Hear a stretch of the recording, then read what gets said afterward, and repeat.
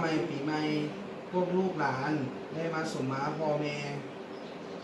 พ่อแม่มีสุขภาพแข็งแรงความเจ็บไม่ได้ความไข้ยังมีอันใดที่ลูกได้กระทำผิดประการใดก็ขอให้พ่อแม่อโหสิกรรมให้ลูก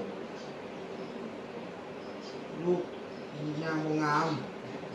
แต่ก็ ใส่แต่ก็สร้างงานงามขอให้พ่อแม่อโหสิกรรมให้ในมื้อนี้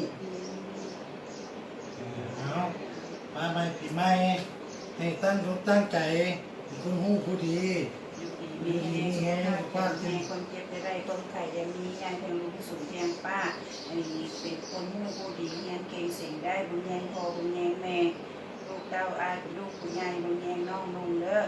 ขอให้เป็นคนดีของพ่อของแม่เป็นคนดีของสังคมเอา ตั้งใจเอาเรียนใส่ผู้ดีกับเปลี่ยนในแปลง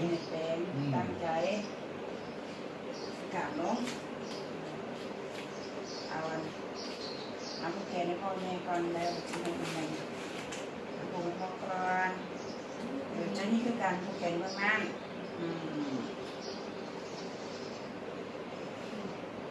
พ่อกับแม่ให้คนดีกับ นับมาใกล้ๆตัว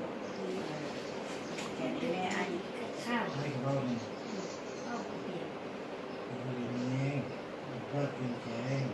กินโดนใส่ลูกเต้าตั้งใจเรียนได้ขี้ข้านจะเล่นเกมมาแล้วอ้าวนี่น่ะ เราสร้างเป็นนักมัน ว่า ได้แล้วสมัยแล้วสร้างมา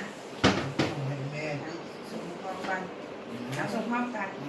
มือก็ส่ง